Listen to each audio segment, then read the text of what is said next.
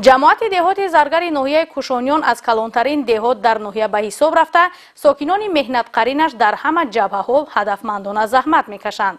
عین زمان در خواجگی های دهقانی حدودی جماعت دهات تازه نمودن زمین از غوزه‌پایه و شودگار خوشصفتی آن ادامه دارد. علاوه بر کارهای صحرایی همچنین هر هفته روزهای استراحتی اهل زحمت تدبیرهای اکولوژی را سامان میدهند و در این دایره به تازه نمودن کوچه و محله ها، نرم کردن بیخ درختان و شینانیدن نهال ها مشغول می شوند. گزارش همکاران ما ادامه بخش این موضوع است. مساحت عمومی زمین‌های کشاورزی جماعت دهات زرگر ناحیه کوشانیان 4200 هکتار را در بر گرفته در حدود جماعت دهات 880 خواجگی‌های دهقانی فعالیت ثمره بخش دارند.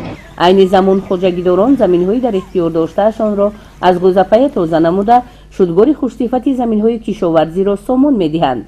مسلم است که یکی از تدبیرهای بلند برداشتن حاصل ناکی از شودگار خوشصفتی زمین وابستگی داشته سامان دادن آن توسط تکنیک‌های پراقتدار امکان می‌دهد که حاصل ناکی بلند و نتیجه ها ثمر آور گردد. این است که خواجگیداران شودگار قطعه‌های زمین را توسط تراکتورهای که 700 و که 150 سامان می‌دهند و به کشت بهاری زراعت‌ها از امروز زمینه گذاری می‌کنند. چنین مسئولین بخش کشاورزی جماعت دهات ذکر داشتند محض شودگار خوشصفت، انتخاب تخمی‌های اعلی صفت و مهنت اهلانه امکان داد که سال جاری زحمتکشان دورنمایی استحصال پخته و دیگر زراعت کشاورزی را با موفقانه تامین نمودند. در حدود جماعت دهات زرگر زیاده از 4137 هکتار زمین‌های آبی می باشد که در اساساً خواجگی‌های دهقانی جماعت دهات زرگر به سمت پخته‌کاری وابسته می باشند که از این 2895 هکتار زمین کارم آبی به سمت پخته‌کاری رستنی پروری وابسته شده است و در این سمت رستنی پخته‌کاری 436 خواجگی ما وابسته می باشد.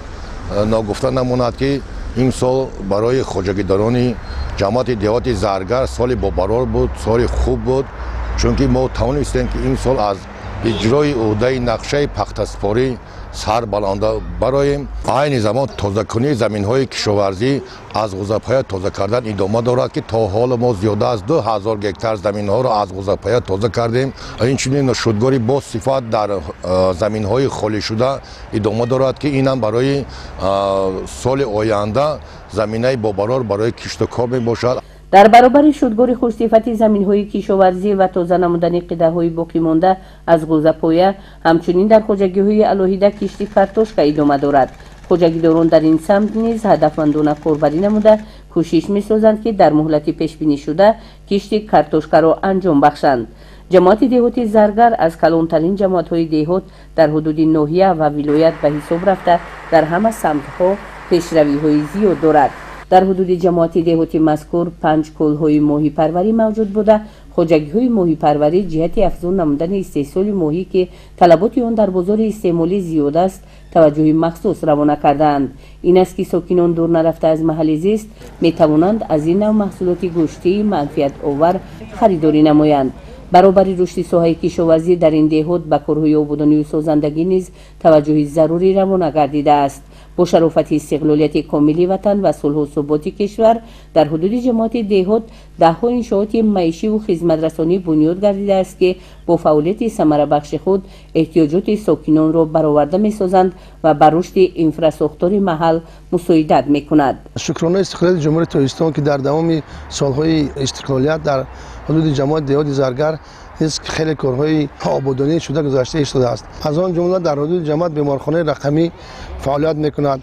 به غرض از بیمارخانه رقمی 10 عدد مرکز سلامتی و مردم خدمت میرساند. در حدود جماعت همه گونه مغازه‌های مال‌های نیاز مردم فعالانه کار میکنند که احتیاجات مردم را در خود حدود جماعت احتیاجات را میبرند.